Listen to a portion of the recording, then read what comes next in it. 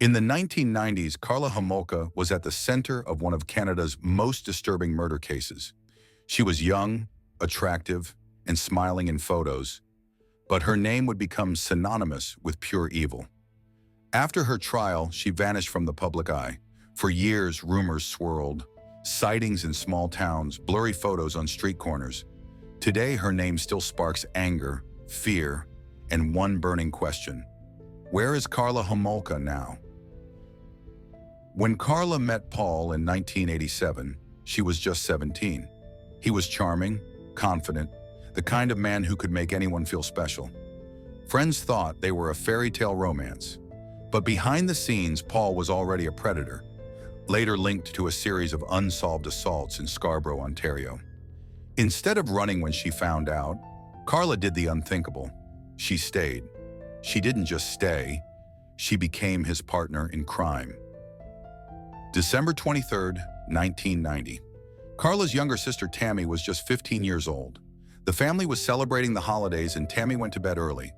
But Karla had a gift planned for Paul, a horrifying one. She had stolen a sedative from her veterinary job, slipped it into Tammy's drink, and when her sister was unconscious, she allowed Paul to assault her. Tammy began to vomit, choking in her sleep. Instead of calling for help immediately, Karla and Paul tried to cover their tracks. By the time paramedics arrived, it was too late. Tammy was pronounced dead, and her death was ruled an accident. No one suspected the truth. Not yet. Leslie Mahaffy, 14, disappears on her way home. Kristen French, 15, never makes it back from walking home from school. For days, they are tortured. The couple records their crimes on videotape, grinning, laughing, taunting. Karla isn't just there, she's participating. These tapes will later become the most controversial evidence in Canadian legal history.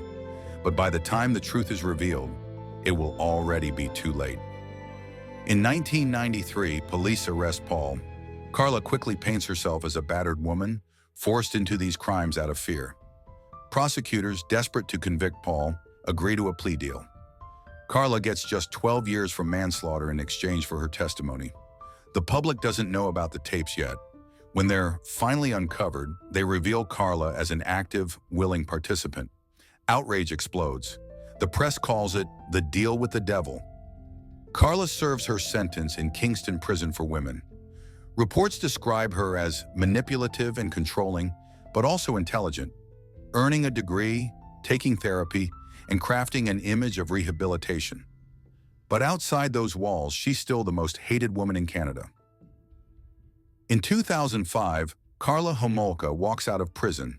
She changes her name, moves to Quebec, marries her lawyer's brother, and has 3 children. For a while, she stays invisible, but every so often she's spotted at a grocery store walking her kids or, in one shocking case, volunteering at a school. The media descends. Parents are outraged. Karla vanishes again. Today, Karla is believed to be living quietly in Quebec under a new identity. She avoids cameras, avoids interviews, and tries to stay hidden. But every few years, her name and her face return to the headlines. And the fury starts all over again. Paul Bernardo will likely die in prison. Karla, however, walks free, and that's the fact that keeps people talking, and keeps her case alive nearly 30 years later.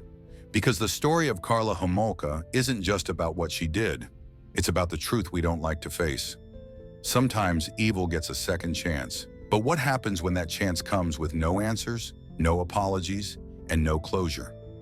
For the families of Leslie Mahaffy, Kristen French, and Tammy Homolka, Karla's release wasn't an ending, it was a second wound.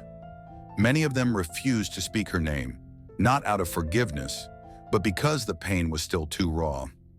Over the years, Karla has been spotted in grocery stores, at playgrounds, even attending public events. Each time, the sightings make the news, reopening old debates. Should a convicted killer be allowed to live freely among us? Or is she still a danger, even if she's never committed another crime? Experts remain divided. Some point out that she's kept a low profile, raising her children quietly in Quebec. Others remind us that the only reason she's not in prison for life is because of the deal with the devil. And so, the question lingers. Is Karla Homolka truly rehabilitated, or is she simply hiding in plain sight, waiting for the world to forget? In the end, maybe the most unsettling part isn't where she is now. It's knowing that for some, the past never really stays buried.